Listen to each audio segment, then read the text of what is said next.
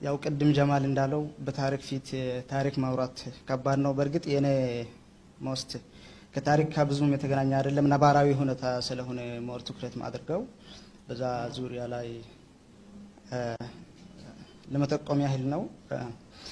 ታይትሉ የአፋርና ሶማሌ ግጭት የሚለው ቃል እዚህ ጋር ከመጀመሪያው ጀምሮ ያለውን ነገር በተወሰነ መልኩ ይገልጻል እንጂ ቃሉ ጦርነት በሚለው ላይ ነው ማለት የመጨረሻው ፌዝ ላይ ያለው ጦርነት በሚለው ላይ ነው መገለጽ ያለበት። በዛ ደረጃ እንድትረዱት ነው።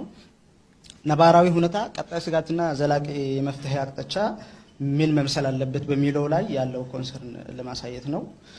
እንደ መንደርደሪያ ከታሪክ የተወሰነ ነገር ለማየት ያክል በተለምዶ በመንግስት አካላትም ጭምር የኢሳና አፋር የግጦሽ ግጭት ተብሎ ነው የሚጠራውና ግጭቱ ከዚህ ግን ከጊዜና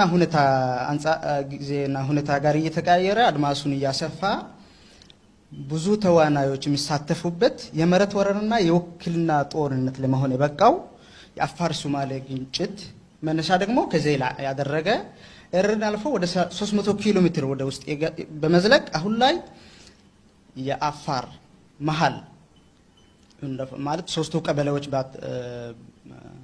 እና አዋሽ ወንዝ ላይ የኢትዮ ጅቡቲ መንገድ አስፋልት በመቆጣጠር ለኢትዮጵያ ብሎም ለአፍሪካ ቀንድ ስጋት ሆኖ ይገኛል ይህ ጦርነት ማለት ነው። ሁለተኛ ፖይንት ደግሞ ግልጽ ምክንያት፣ በቂ ማስረጃ፣ መሬት ላይ ያለው እውነታ እየታወቀ ነገር ግን መፍትሄ ያልተገኘለት ግጭት ነው።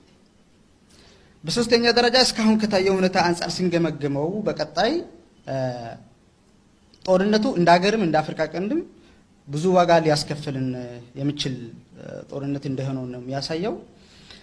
ሌላው ግጭቱን ለማስቆም የተለያዩ ፖለቲካ መፍትሄ አቅጣጫዎች በየስርዓቶቹ ከአፄ ኃይለ ሥላሴም በደርግም በኢህአዴግም ጊዜ የተለያዩ ሙከራ ቢደረግም ነገር ግን እየባሰ እንጂ ሊቆም ያልቻለ ግጭት ነው። እንደዛም ሆኖ ግን የሚገርመው በብዙ ኢትዮጵያን ዘንድ በውል ግንዛቤ ያልተያዘበት ነው። ያ እንደዛ በመሆኑ ደግሞ ለሀገር ያለው ይህ ጦርነት ለሀገር ያለው ከፍተኛ አደጋ ባለመረዳት ብዙም ትኩረት የተነፈገ ጦርነት ነው ብለን መግለጽ እንችላለን። በመሆኑም ስለ ግጭቱ ይዘት ስፋትና ጥልቀት በተመለከተ የጋራ ግንዛቤ እንድኖርንና እንደ ሀገርም እንደ ክልልም እንደ አካባቢው በዛውም ለመፍትሄ እንድንተጋ በሚል የቀረበ